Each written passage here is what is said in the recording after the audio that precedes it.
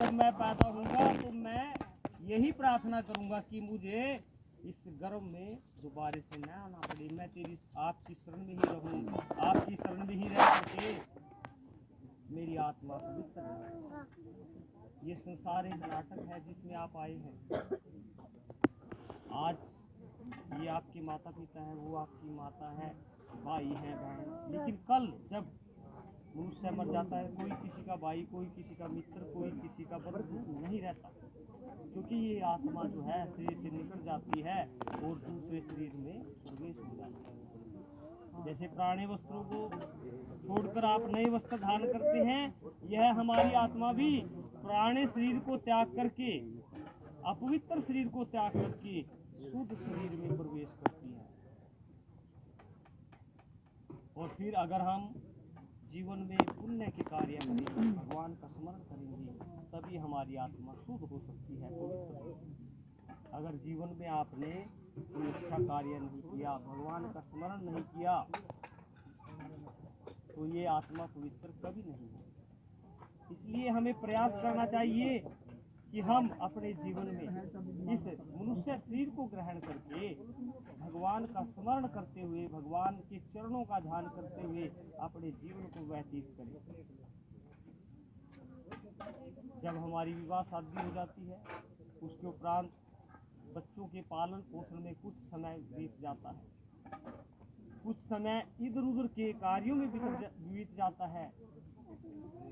लेकिन कभी आप दिन में 8 घंटे हैं, अगर 10 मिनट के लिए, आधे घंटे के लिए, 5 मिनट के लिए भी भगवान का स्मरण करेंगे तो आप पवित्र हो जाएंगे, आपका शरीर पवित्र हो जाएगा और अंत समय में भगवान की शरण मिल जाएगी।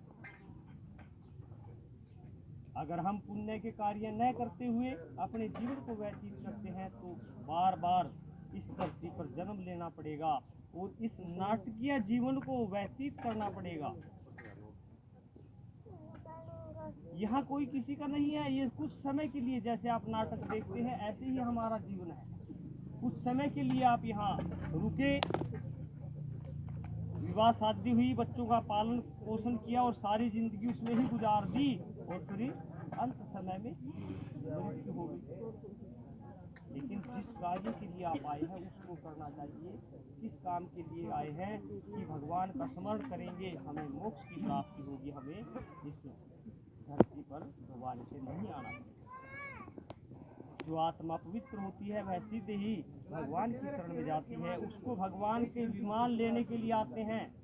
जो अपवित्र हैं, जो शरीर को ग्रहण करके अपवित्रता का जीवन, बुराइयों का जीवन व्यतीत करते हैं, वह कभी भगवान की शरण को ग्रहण नहीं करते। इसलिए हमें प्रयास करना चाहिए कि हमारा ऐसा जीवन हो जिस जीवन में भगवान का ही नाम हो, भगवान का ही स्मरण हो।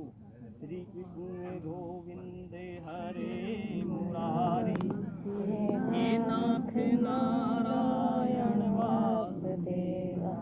श्री कृष्ण गोविंद हरे मुरारी, हे नाथ नारायण वासुदेवा। हे नाथ नारायण वासुदेवा, हे नाथ नारायण वासुदेवा। गीता पढ़ूं मैं गीता सुनाऊं, गीता पढ़ूं मैं गीता सुनाऊं, गीता की महिमा सबको बताऊं। गीता हमारे हृदय में होवे, हे नाथ नारायण वासुदेवा। कृष्ण गोविंद हरे मुरारी, हे नाथ नारायण वासुदेवा। पूजा करूं मैं पूजा कराऊं, पूजा करूं मैं पूजा कराऊं, पूजा की महिमा सबको बताऊं। पूजा हमारे हाथों से होवे, हे नाथ नारायण वासुदेवा। श्री कृष्ण गोविंद हरे मुरारी, हे नाथ नारायण वासुदेवा। दान करूं मैं